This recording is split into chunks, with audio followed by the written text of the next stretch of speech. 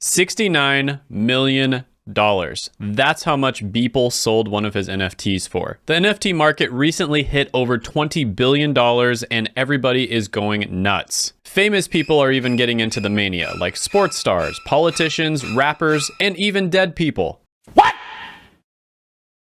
What the f? The Weeknd even put an NFT in one of his latest music videos. So you being the savvy business person that you are, you want to get in on the fun as well. And that's exactly what I'm going to teach you to do in this video. And by the end of this video, you are going to know more about NFTs than 99% of people in the world. And who knows, maybe you might be the next NFT millionaire. Or maybe you make an NFT, spend $50 in gas fees in order to post it online, and then nobody ends up buying it. That could also happen too.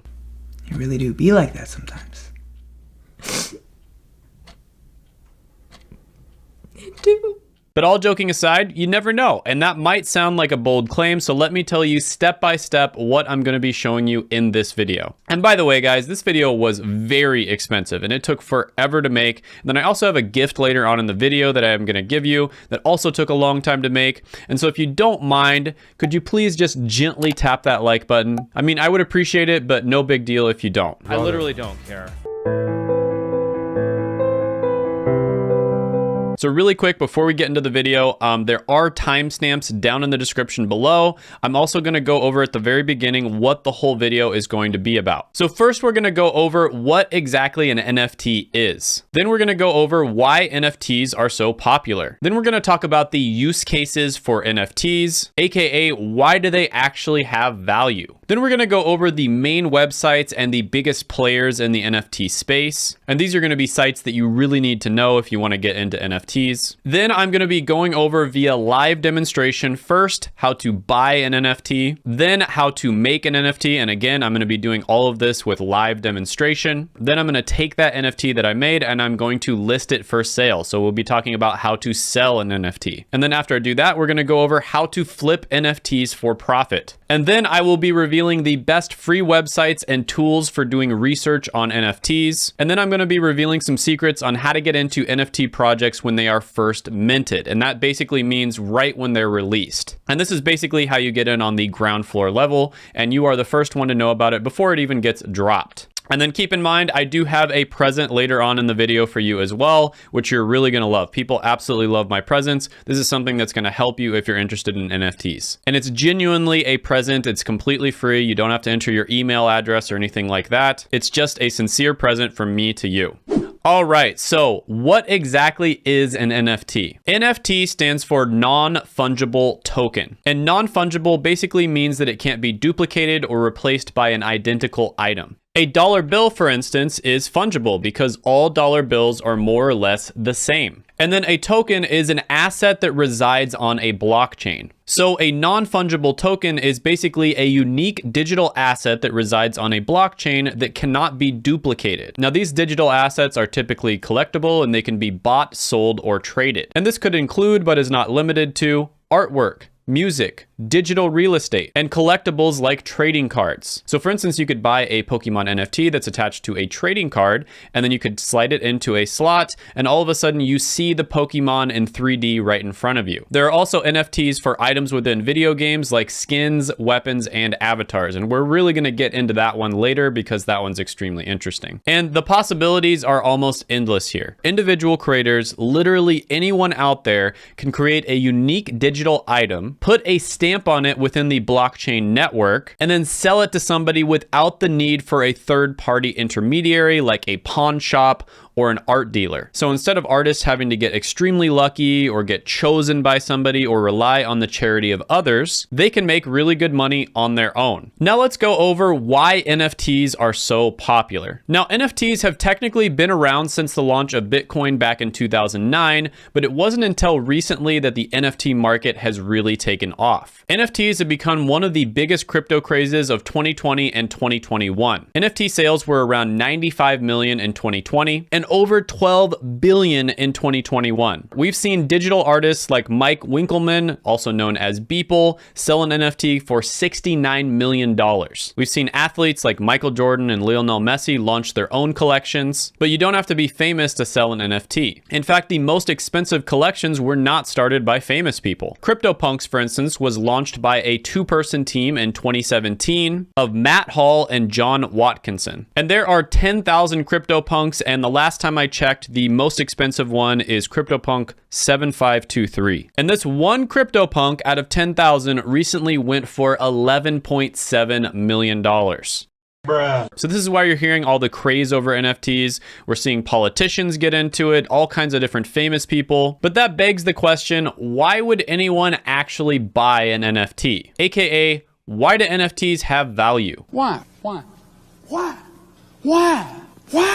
I mean, this kind of seems like something where you would invest your money and then immediately lose everything. And it's gone. So going back to the $11 million CryptoPunk, you might be thinking, why would anybody spend time on that? I mean, after all, you can just right click it and save it right to your computer. And yeah, you can absolutely do that. But there's one problem. You think it's funny to take screenshots of people's NFTs, huh? You don't actually own the picture. Let's say you actually owned a painting of a CryptoPunk in real life. You could take that, you could frame it, and you could mount it on your wall, and everybody would know that you own it. And why do they know? Well, it's really obvious. It's in your house, it's mounted on your wall, you can do whatever you want with it at any time. It's not quite the same online though. Things are much more complicated in the digital world. Verifiable ownership of a piece of art is very difficult for anybody to tell online. And that is the number one reason why NFTs have actual value. And this is honestly really important, and you have to understand this and how significant it is.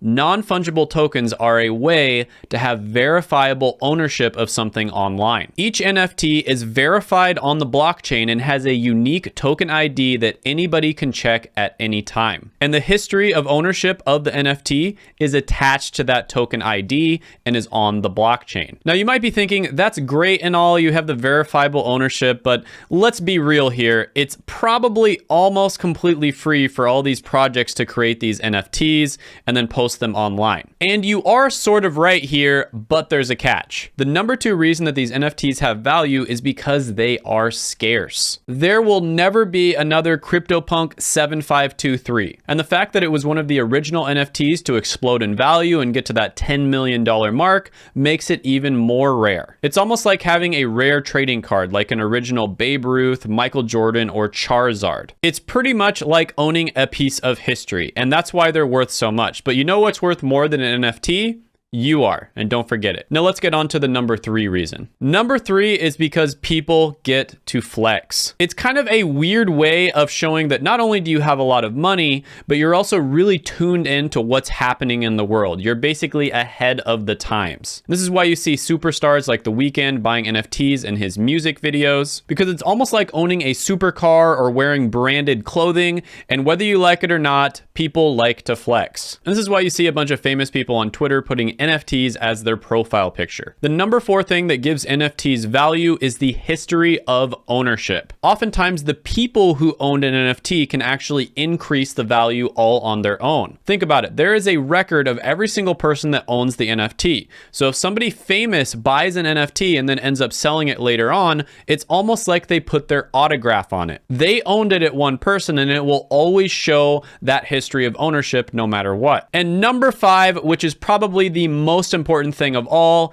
is utility. And yes, NFTs can actually be useful. And that's what we're going to be going over in this next section. NFT use cases. Now, after hearing reasons 1 through 4, you probably understand NFTs a little bit better, but you're probably still a little bit skeptical about this magical internet art. Well, the first use case is going to be gaming. Now, in order to understand this one, I'm going to go ahead and tell you a short story. Back around 2004, 2005, I started playing this game called RuneScape. And at one point, I owned an item called a party hat. It was basically this little paper hat that you could wear on your head in the video game. And when when these little hats first came out, basically everyone had them. It was an event that you had to do, and you would get these little crackers. You'd open the cracker and you would get a hat. I didn't start RuneScape in time to actually do those events. It was an event that was for Christmas, I think in 2002, but I started RuneScape a few years after that, and at one point I was able to own one of these hats. So at first they were basically useless, and they were worth maybe like 1 gold piece, which is what the currency was in that video game. Now they're worth 50 billion gold pieces. Now that probably doesn't mean anything to you, but just to put this in perspective, this part is going to blow your mind. Now, back in the day, you could have bought one of these for around $30, and now the most expensive one is worth over $12,800. Bruh. And this is for a game that isn't even that popular compared to Fortnite or Call of Duty, and it's a single piece of clothing. Now imagine how much really rare in-game items would be worth on those games. Probably in the hundreds of thousands. And let's not forget the fact that, you know, in RuneScape, it's actually pretty difficult to exchange items for real life money. In fact, I think it's actually against the rules. Whereas with NFT technology, not only would it be much easier, but it would probably be incentivized by the company themselves. So this would create a situation where people are incentivized to play new games, because if the game gets really popular and explodes, a lot of these early NFTs are going to be worth a lot of money. Imagine if I had collected a bunch of party hats back then that were worth basically nothing. I mean, even as a kid, I could have bought a bunch of them for around $30. If over a few years I bought a bunch of them and I saved up around 100 party hats, I could be retired right now. You can also sell NFTs of certain characters within the game as well. And this is something you see happening in a lot of upcoming games like Voxies. And just as an example you could probably relate to, I know a lot of people probably play Call of Duty,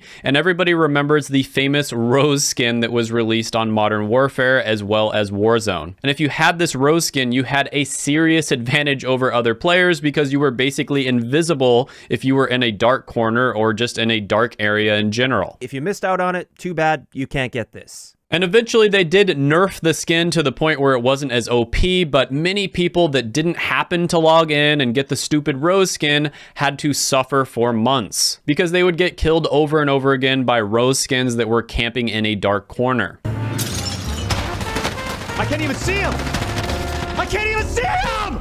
Now imagine if you were able to just buy that skin for yourself as an NFT, then you could be the troll that's camping in the dark corner and killing people. Much better, right?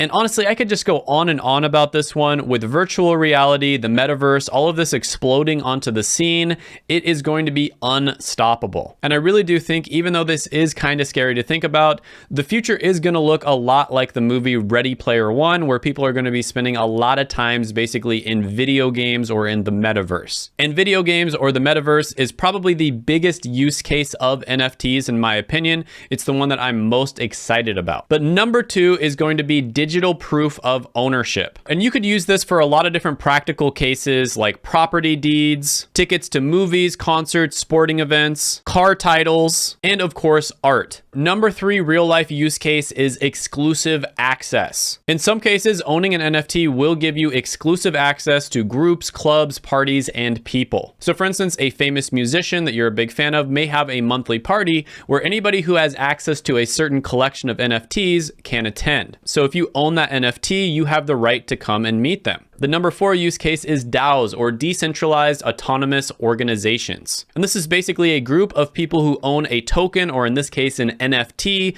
and they vote in order to make decisions. And an in real life use case for this one is making shareholders of a company have an easier time voting on the direction of the company itself. So right now, if you are a shareholder of a company, you technically can have some influence on the direction the company goes, but it's really difficult and you have to go out of your way. If they just made stocks into NFTs, it would be much easier for you to vote on the direction of the company. So the company could say, hey, we're thinking about either launching this project or this project, and it's going to take a lot of resources. Which one do you think we should go for? And then you could just instantly vote via your phone on the direction of that company. Another thing that would be made incredibly easy is voting for elections or different laws in your country. So there's just so many different use cases, and I could just go on and on here, but the video would go too long. So I just wanted to show you a few of them just to show you what is possible with NFTs and why they're such a big deal. So how do you buy and sell an NFT? So before we get into how to buy and sell an NFT, there's a few things that you want to consider. First of all, what marketplace do you think you should use? Then you need to consider what cryptocurrency you need to use in order to fund your wallet. So some of the biggest crypto websites are going to be OpenSea, Axie Marketplace, Larva Labs, NBA Top Shot Marketplace, as well as Rarible. In this particular case, when I go over my example, I am going to be using OpenSea,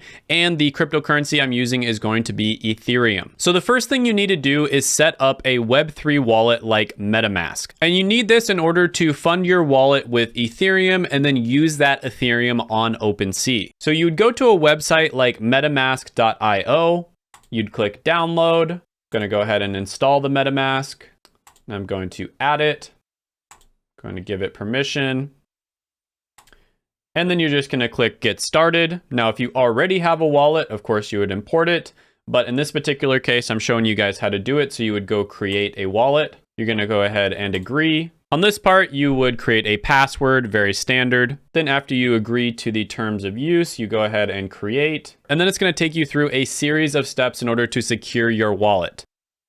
At this part, it's going to reveal your secret recovery phrase. Now, this is going to be a bunch of words that you need to write down, and you probably need to write it down in several different places. You don't want to have it just in one place in case a fire burns it or something like that. You know, your house could potentially burn down. It's a good idea to have it in several different places, especially if you're going to be putting a lot of value on this wallet. And boom, just like that, it's that easy. You now have your own MetaMask wallet. Now you would basically use the wallet by going up into the top right, and you would see that it runs on Ethereum. However, you can hold a bunch of different tokens on this wallet. You can buy tokens, you can send tokens, you can swap tokens. Now, the way that you would actually get tokens to your MetaMask wallet is the easiest way to do it is to just buy some on a website like Coinbase. So you would buy Ethereum, for instance, and then you would transfer that Ethereum onto your wallet. And for this video, I actually did that several days ago in order to get ready for that. So I will go ahead and roll that clip right now. So in this particular case, I am going to be transferring some Ethereum to my MetaMask wallet. Now, MetaMask is a very common wallet that people have when they use the Ethereum blockchain. So from the homepage, what you would want to do is go to the top left, click on assets, and then you're going to go ahead and click on the Ethereum. Then you want to go to wallet. And then over here, you see that it is already ready to be sent. So in this particular case, again, I'm going to do 1,000 Ethereum. This is where you want to copy in the address of wherever you are sending your Ethereum. Now, be very, very careful with this process. First of all, you want to make sure that you get the right string of letters and numbers, and that's what it's going to look like, a bunch of random letters and numbers. And then second of all, you want to make sure that not only is it the right string of letters and numbers, but on top of that, you want to make sure that you're sending it to an actual Ethereum wallet. Because if you send Ethereum to some random wallet like Solana or Bitcoin by accident, you may never be able to get it back. So I went ahead and I pasted my wallet address in there. I'm just going to go ahead and put a note here, ETH1K demo, and then I'm going to go ahead and click continue. It wants you to review all the important information and make sure that everything's right.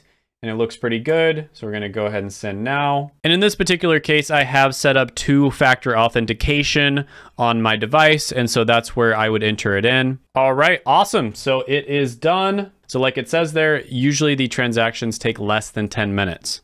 All right, so I looked for a little bit and I found a collection that I thought was interesting. It might actually have some resale value at some point. And some of the more expensive ones in this collection have actually gone up quite a bit. This one does have a lightsaber here. It's the Whales collection. So I am going to go ahead and buy one. So basically you just have to connect your MetaMask wallet.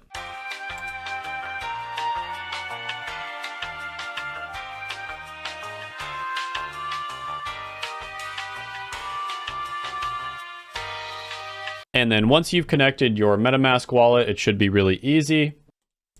Check this box, confirm checkout. Now, here's the crazy part, guys. The whale itself is about $40. The gas fees for this transaction are going to be astronomical. The gas fees are going to be about $90 in order to buy this NFT. So I'm going to go ahead and click confirm, lock it in. All right, and about 10-15 seconds later, I am now the proud owner of a whale with a lightsaber. And by the way, guys, the way I found this NFT was there's a ton of different ways that you can sort them. So, you know, first of all, you can just go to all items and just look at all the NFTs that are available here. You can sort them by single items or bundles, sort by recently listed, recently created, sold, received, ending soon, price low to high, price high to low, highest last scale as well as oldest. On the side here, there's also some really good stuff you can do. There's a lot of filters and all kinds of stuff you can sort there. So, you know, what I did is I did minimum and then I did a max over here. I think I did 150 or something like that.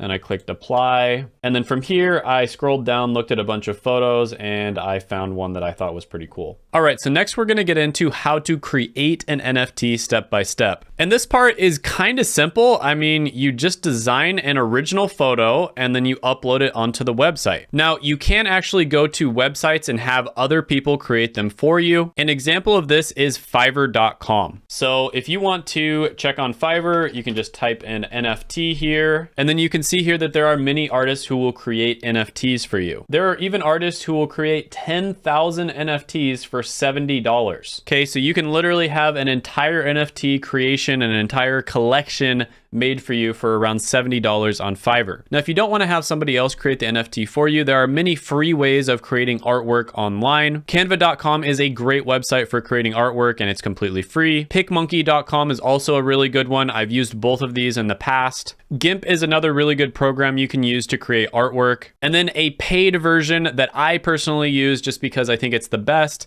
is going to be Photoshop. And this is sold by Adobe. It's a really powerful piece of software. There is a bit of a learning curve with it, but I use it to create my thumbnails, for instance, and a bunch of different artwork. So you can basically pay somebody else to create it, or you can create it in-house. And in my particular case, I decided to create my collection in-house. So on the main page here, you're going to go up to the top right and click create. Going to connect my wallet, and I am going to go ahead and drag my NFT in there. It is a picture of hummus, if you couldn't tell. All right, so the link I'm gonna leave is to my YouTube channel, put the description as hummus. And then I'm gonna go down to the bottom here and click create. And there you go. I just created my first ever NFT, hummus. Now, in this particular case, I just uploaded one photo. You may want to upload a collection. I mean, there's collections on here of 10,000 photos, and there are ways of doing that, you know, don't require you to upload them all manually. They're very difficult, very detailed to do. What I suggest if you want to do that is to actually just hire somebody on Fiverr to do it for you. So going back to Fiverr here, I'm gonna say upload NFT. Okay, and there's a bunch of different gigs that offer to upload all of your NFTs to OpenSea. And these range from $20 all the way up to several $100s. So that's what I personally recommend. The ways of uploading them, they're really buggy. It's very complicated. It takes some knowledge of programming and all kinds of stuff like that. So this is what I recommend doing personally. All right, so the next part of this video is going to be how to sell an NFT. So we've uploaded this beautiful artwork of hummus. Wow, look at this. Do you know what this means? Now it's time to unfortunately let it go and sell it. So we're gonna go up here to the top right and click sell. I'm gonna go ahead and list this for a very reasonable 0.1 Ethereum. I'll put the duration as, we'll just do one. How about 6 months? Yeah, that sounds fine. And I'm gonna go ahead and click complete listing. It is connecting to the wallet again. And it looks like it's gonna cost me about $98 in order to just sell this on OpenSea. So guys, if you appreciate me doing this video, please make sure to gently tap that like button. And by the way, I'm gonna give you an alternative later on in the video to show you much better ways of listing NFTs and selling them that will cost you basically nothing. So I confirmed it, and it took about a minute, and it looks like the transaction went through. So now I just have to sign. Awesome. So this is listed. It's up there. You can see it if you want to. and it's good to go. And it looks like it's wanting me to set up email notifications so I will know when someone buys this. So I'm gonna do that. All right, so I verified myself, set my account up, and everything is good. So this is my account, Shane Hummus, picture of my hummus bowl there. And I am now the proud owner of a pixelated picture of hummus, as well as a whale with a lightsaber NFT. Now I just need to start secretly paying influencers to promote my NFT, and the next thing you know, it's gonna snowball and Logan Paul is gonna be buying up my hummus NFT, hopefully. Just kidding, obviously that is morally questionable and it would probably get to the point where you might end up going to jail. So this section is going to be how to flip NFTs. Now I just wanna mention here that you should be very careful because there's a lot of people doing some very sketchy stuff here. And because of the fact that this is a pretty much completely unregulated market, they are promoting NFTs in a way that may or may not be illegal in the future. They put you in jail right away. Right away. But anyways, I'm gonna go over a bunch of websites that are incredibly important for you to know about if you are going to get into the NFT game and start flipping them. Now, the first one is going to be rarity.tools. And this is basically a website that covers all of the newest and upcoming mints. And minting is basically what I just did, where I published it, but a lot of them will actually say that they're going to be minting an NFT before they actually do it. And the reason for this is, of course, to build hype, get people interested in it before it actually hits the market. Now, if you know that an NFT collection is going to end up having really rare, high-priced NFTs, you probably want to get in at the very beginning. And that's what rarity.tools allows you to do. Think back about the time when PS5s came out for the first time, right? So PS5 was released, people were going and buying them right when it was released at the store, and then they were flipping them online, sometimes for double the price. This is basically the same thing. A lot of people, if they think a collection is going to be valuable, they will buy them up right at the very beginning, and then they will flip them right afterwards. So this right here, you can see all the collections at the top. CryptoPunks is still number one. You can also click here and see upcoming, and notice most of them are Ethereum, of course, but you also see some that are Solana. And Solana, by the way, is much cheaper than Ethereum. So, you know, I'm really hoping that Solana kind of overtakes Ethereum because Solana is so much cheaper. It's basically free in order to upload NFTs if you use Solana. And then one thing that's really great about rarity.tools is you are able to categorize the different NFTs in different ways. So for instance, let's go ahead and look at some of these collections. So this is the Vox collectibles. And what you can do is you can look at all of these with different traits. So for instance, let's say you want to only look at the ones that have a mohawk, right? So that's what this hawk chop is, I'm guessing. All right. So you click on it and yeah, a lot of these have mohawks. And then you can kind of sort these different traits by rarity, price, high to low, recently listed, etc. Now you'll notice that there are certain traits that these NFTs have that for whatever reason, people end up paying more for them. So I'm gonna sort the ones that actually have glasses. And what it shows you here, and this is something very important for you to know, is the price floor. So it looks like the price floor for these is 2.9 Ethereum, which is approximately like $12,000 or so. And what the price floor is it's the least expensive NFT in that collection, right? So let's say the most expensive NFT is like 100 Ethereum or something.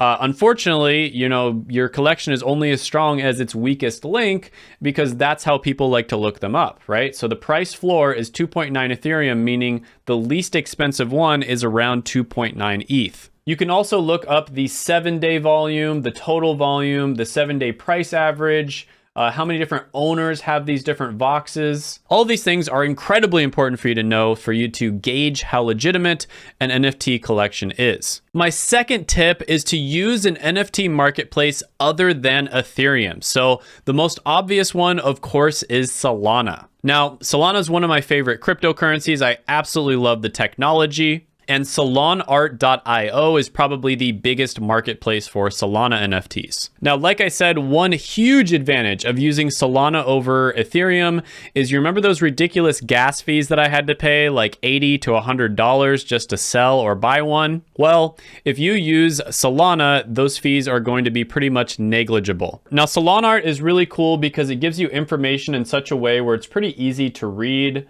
So, you know, for instance, Shadowy Supercoder. This collection has 10,000 NFTs.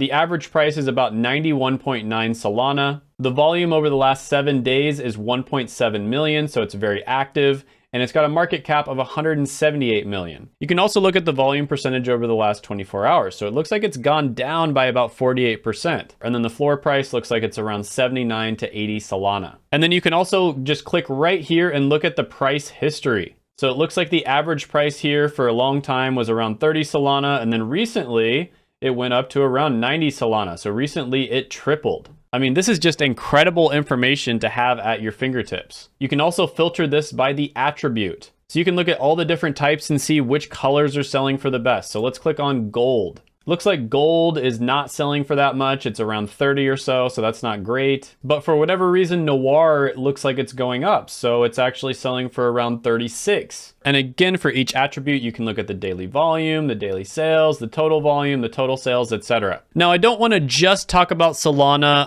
VeChain also has their own marketplace. Polygon Matic has their own marketplace. So definitely check around depending on whatever your favorite cryptocurrency is. Now, number 3, I'm going to tell you just like a really easy and simple strategy. And this is mostly just kind of a common sense thing. But honestly, this is still incredibly important. It's kind of like in basketball, you know, learning how to dribble is really important. Learning how to shoot is important. It's the basics, it's the fundamentals, but that doesn't mean that it's not one of the most important things that you absolutely need to know. With that being said, looking at high volume. High volume is incredibly important, especially early on in the project. So let's say you didn't buy something from the project right before it dropped because you weren't sure whether it was going to be good or not, and you're still wanting to follow it and evaluate it. Well, if something has been out for like 6 months and you only see like 1 Ethereum in its history, that's probably a bad sign. That means that not very many people are interested in it. It has a very low volume. If it has a high volume, that means a lot of people have viewed it and a lot of people have participated in it. There is a ton of interest there. Now, when it comes to buying projects right when they drop because you believe that that is going to be a profitable project, this is the part where you kind of just use common sense. Let's say there is a creator that has dropped projects in the past that have turned out to be huge sellers, something like the Bored Ape Yacht Club.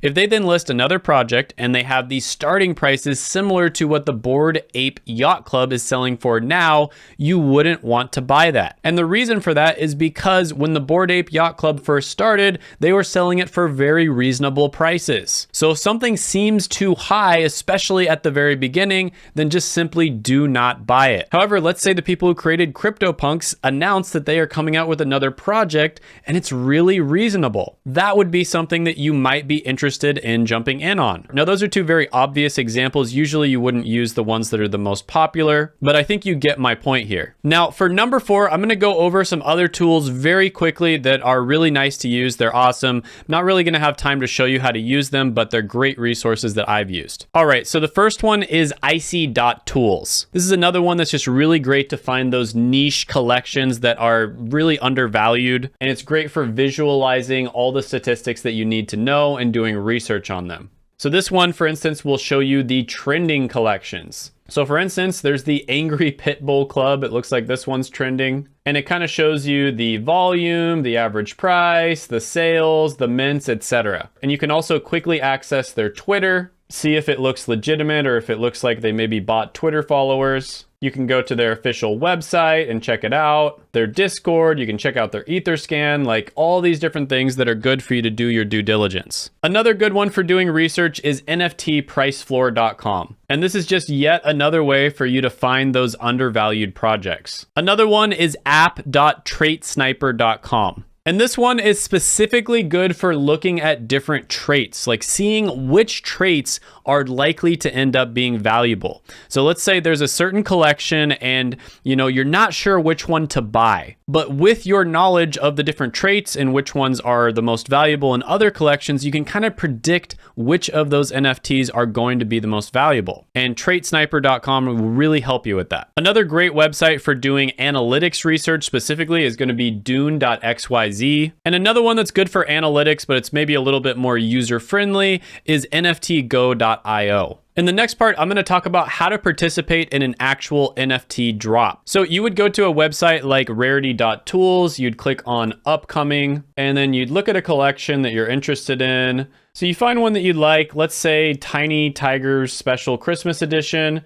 You go to their website and it will usually prompt you, yeah, it looks like right here, in order to sign up for it. So you'd click here, you'd connect your wallet, and boom, you would be able to get it right when it drops. All right, guys, so I showed you all the secret websites. That was my gift to you in this video. And really quickly, I want to go over the pros and cons. So some of the pros here, huge opportunity for starving artists. Artists historically have kind of been screwed over in many cases. Like, there's artists where some of their works are worth like $100 million, but during their lifetime, they were starving, they were poor. And it wasn't until after they died that they were finally compensated for the value that they gave to society. And then even in modern times, it can be pretty bad with a lot of record label companies screwing over artists. You hear about this all the time. And so this is a huge opportunity for artists to basically cut out the middlemen and get compensated for the value that they give to society. Another pro, smart contracts. You can attach a royalty contract to a piece of artwork and get paid every single time that it's bought or sold. This is something you can do automatically and indefinitely. The other pro is you can flex. That's pretty self-explanatory. One of the biggest things is going to be video games and the metaverse. And this is the thing that I'm the most bullish on. I cannot stress how big this is going to be. It is going to be huge. And I know this because I have spent tens of thousands of hours playing all kinds of different video games. And I've also spent tens of thousands of hours doing finance and, investing in crypto related stuff. And I can see how these two things are going to interconnect. And then another pro is there is just huge upside. NFTs are still relatively new. Some cons here, it is extremely speculative. Most NFTs are going to go to zero. They're going to be worth nothing. And then market adoption is going to be very slow. And the reason for that is because most people don't see the value of NFTs. Now, after watching this video, if you watched it all the way through, first of all, thank you. You are awesome. And second of all, you probably see the value of NFTs now. Our grandparents didn't really understand how credit cards work in the same way that our parents a lot of the time don't understand how cryptocurrency works, and many of us probably don't understand how NFTs work. However, that never changed the fact that credit cards eventually caught on, and now pretty much everyone uses them. But it did take a while, and market adoption can be slow. So my conclusion here, this is not financial advice. Be very, very careful if you are going to buy NFTs. This is something that is complicated. It takes a lot of practice. So what I would recommend you do is look at NFT drops and then try to predict which ones are going to be valuable and write your predictions down, wait a month after the drop and see which ones come true. Then go back, reverse engineer why you were right or why you were wrong. Hope you enjoyed the video. Check out my other videos right here. I made them just for you. Go ahead, gently tap that like button, hit the subscribe button, ring the notification bell, and comment down below any thoughts, comments, criticisms, etc. And I will see you next time.